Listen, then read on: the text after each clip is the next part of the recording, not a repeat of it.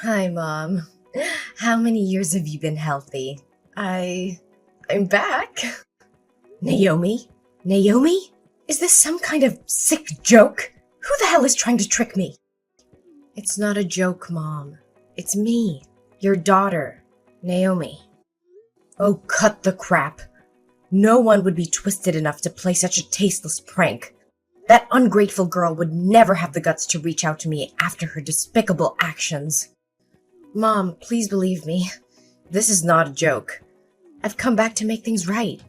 And what about Austin? How is he? You. Are you really Naomi? Where the hell have you been hiding for the past 10 years? Yes, Mom. It's really me. I'm back to take responsibility and make up for Austin. Responsibility? It was you who ran away from home at 15, chasing after that bastard, despite your father and I pleading and forbidding you. You yelled at us, claiming that your life was your own responsibility. And then you had the nerve to dump your son on my doorstep 2 years later, with nothing but a piece of paper with his name and a half-assed apology, only to vanish for another decade. Mom, I was just a 17-year-old back then, filled with unfulfilled dreams. After giving birth to Austin, if I had stayed and taken care of him, the whole town would have known I had a baby. There would have been no chance for me to grow, to pursue my dreams. So I thought if I left him with you, he would have a better life and I could chase my own ambitions. That's the most idiotic, selfish, and heartless excuse I've ever heard. There were countless better options than abandoning your child, than denying any responsibility. Are your dreams the only thing that matters? Does your son's life and happiness mean absolutely nothing to you? I get it now. That decision has haunted me and tormented me with guilt for years. I can't sleep at night knowing I missed out on Austin's first steps, his first words. I ache to hear him call me Mom. But all that pain has fueled me to work relentlessly, to succeed in my career and build my wealth. And now I want to go back and make amends for all the lost time and experiences Austin has suffered. Do you have any idea how sad and guilty he must have felt all those years? Do you think he needs your money? What he needs, what he's always needed, is a mother's love. Despite his grandfather and me showering him with love, as he grew older, he realized he didn't have parents. He questioned if it was his fault if he wasn't good enough. You shattered his innocence, his sense of self-worth, and you think you can just waltz back into his life now? Mother, I understand. I love him too. No, you don't understand a damn thing about that boy. You have no clue about the depths of his pain when he was mercilessly mocked at school for not having parents. Don't you dare utter the words "I love Austin." If you truly loved and cared for him, you would have found countless ways over the past 10 years to reach out, to visit, to write letters, to send even a damn birthday card, but you did nothing. I understand that I deserve every scathing word you throw at me, but you need to grasp the desperation I felt back then. I was trapped in abject poverty, and Austin's father, he was arrested for drug trafficking and robbery. I was terrified because there was no money and his godforsaken gang members would come knocking, demanding payment for the drugs he lost to the police. I couldn't leave Austin there, exposed to the brutality of those criminals. So I made the agonizing choice of leaving him in your care. Then why the hell didn't you come back home? I was young, foolish, and paralyzed by fear. I was afraid that returning would only confirm what people already believed about me, that I was nothing but talk, incapable of taking responsibility. That fear consumed me, condemning me to a decade of isolation and guilt. You're beyond foolish. Family is meant to be a sanctuary, a refuge even in the darkest of times. You have no idea how much Austin yearned for his mother. A few years ago, he had an accident while attempting to climb onto the roof, chasing after the stars, believing they were your watchful eyes. He slipped and ended up hospitalized, in a coma. But with his rare blood type, Rh null, the hospital had no reserves to save him. Even in that coma, he begged to see his mother. Thankfully, they found a blood donor and saved him. But that haunting image of his suffering still haunts me to this day. Is it true? Austin has the Rh-null blood type? My god, this is incredible. My son finally has a chance at a better life. Thank God. What the hell are you talking about? I mean, I'm grateful that Austin survived. It seems like he genuinely wants to see me. So, I'm asking, can I please meet Austin? I want to spend as much time as possible with him. Is school almost over? Where does Austin go to school? I need to know so I can pick him up. What? You want to see Austin? Absolutely not. I won't allow it. Why not? Austin and I both long to be together. Why are you hell-bent on tearing us apart? I won't let you hurt Austin again. I don't trust you. Who can guarantee that you won't hurt or abandon him once more? Perhaps he'll show up once, only to vanish again. You'll give him a glimmer of hope, only to crush him, and he'll suffer through the agony and self-blame all over again. I won't let my precious grandchild go through that again. No, Mother, I promise. Please give me a chance to make up for Austin's emotional needs. I would never do anything to hurt him. I'm his mother. What kind of mother abandons her child not once but twice? Please believe me. This time I will stay with Austin, and you can't make decisions for Austin.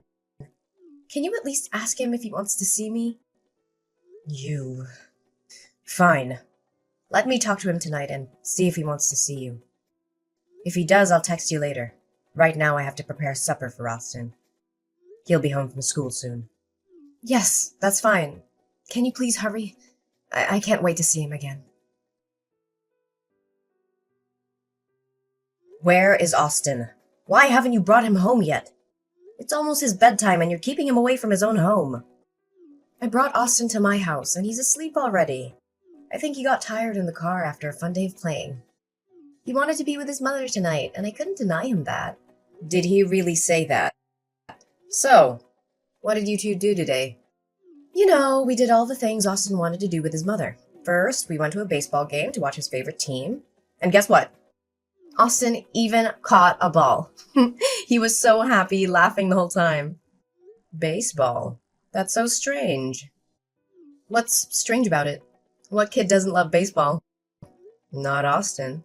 He's usually not very interested in baseball. He's more into basketball. His dream is to become a professional basketball player. Well, maybe just being able to watch a game with his mother made him happy enough. After that, we went shopping for clothes and lots of new toys. He was thrilled, and I have to say, he looked incredibly handsome. Yes, I know that.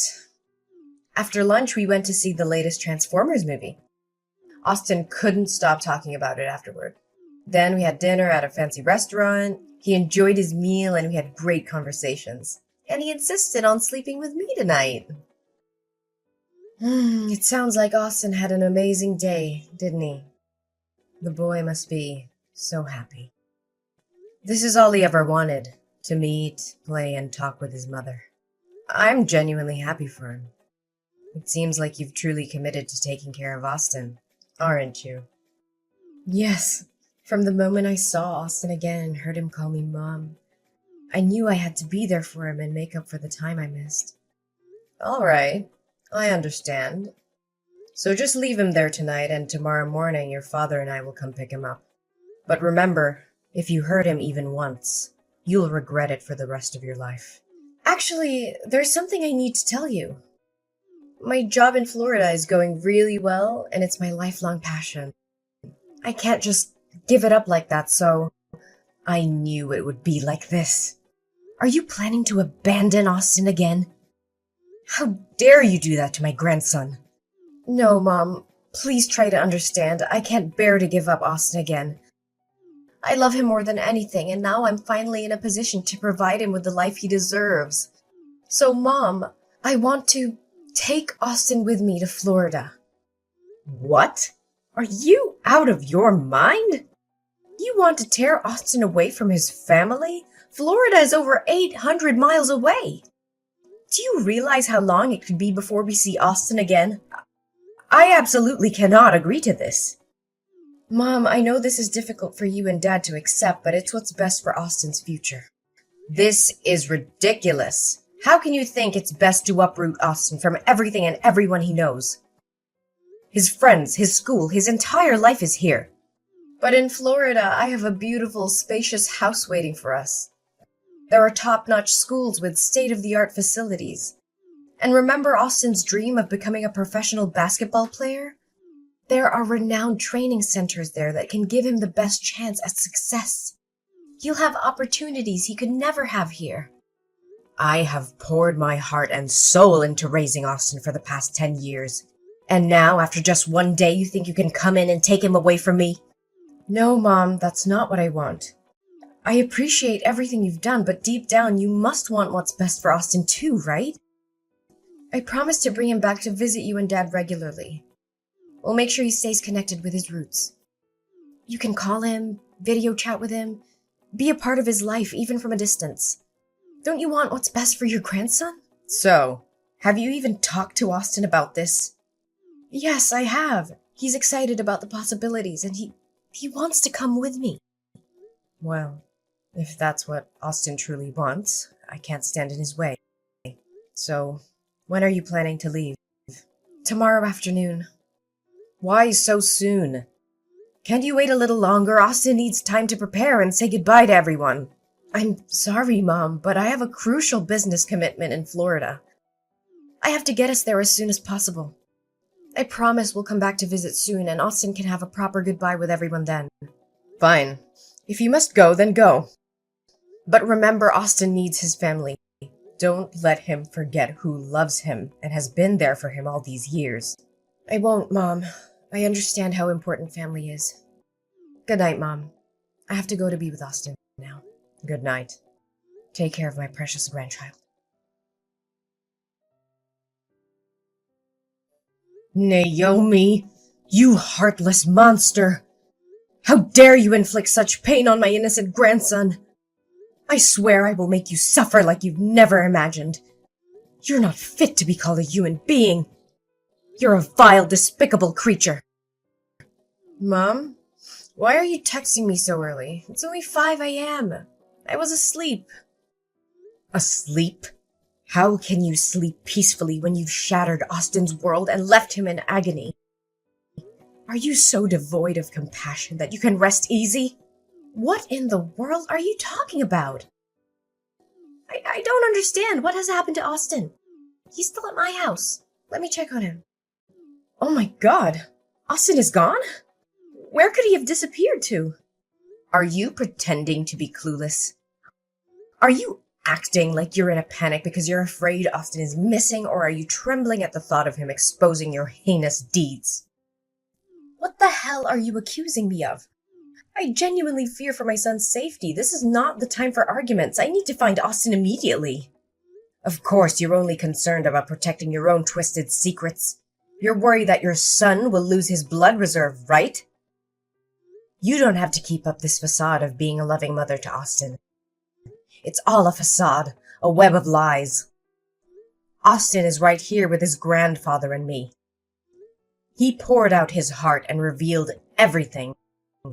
What? Austin is with you? How is that possible? And I still don't comprehend what you're insinuating. Austin is my son. What do you mean by reserve blood source? Stop pretending, you wicked witch. At 1 a.m. this morning, the Florida Police Department called me. They discovered my grandson wandering alone in the dark streets. They took him to the station and asked for the contact details of his family. The police informed me that Austin seemed mentally traumatized and had numerous bruises on his body, suggesting he had been subjected to abuse. They urgently summoned me and his grandfather to come and identify him. We rushed to the airport, desperate to reach Austin. And when we met him, he spilled his heart out. It's horrifying. Absolutely gut-wrenching. What? What did that brat say?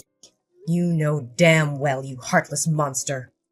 Austin confessed that ever since the day he met you, you didn't take him out as promised. Instead, you subjected him to a battery of medical tests, including blood-related examinations. When he questioned you, you lied and said it was to ensure his bloodline was pure and healthy. And when Austin expressed his desire to come back home with us, You twisted his innocent heart. You told him that I had sold him to you, that I saw him as a burden, and that I despised him, never wanting to lay eyes on him again. Austin believed your wicked lies and reluctantly went with you, feeling abandoned and unloved. It shattered his spirit.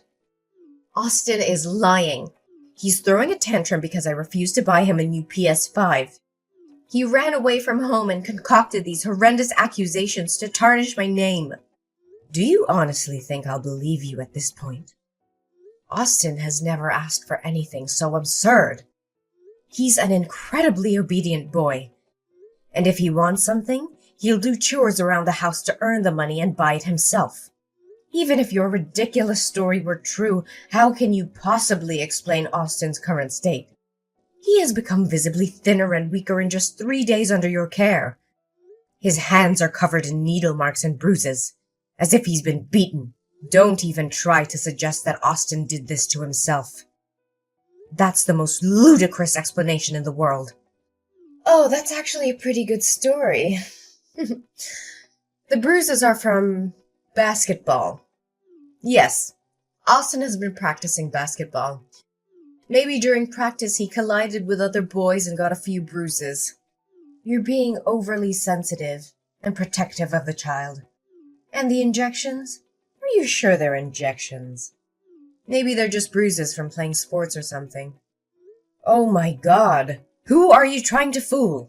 I was a nurse for 40 years, Naomi. How could I not tell the difference between a bruise caused by an impact and a bruise from a blood injection? Moreover, Austin told us that you never let him go to basketball practice as you promised. Instead, you locked him in a room with the windows and doors sealed shut. Every day a doctor would come and draw his blood with a needle. He was in excruciating pain and begged you to stop, but you refused to listen. You even beat him when he refused to eat anymore. You told him that if he didn't have this rare blood type, he would be worthless. What?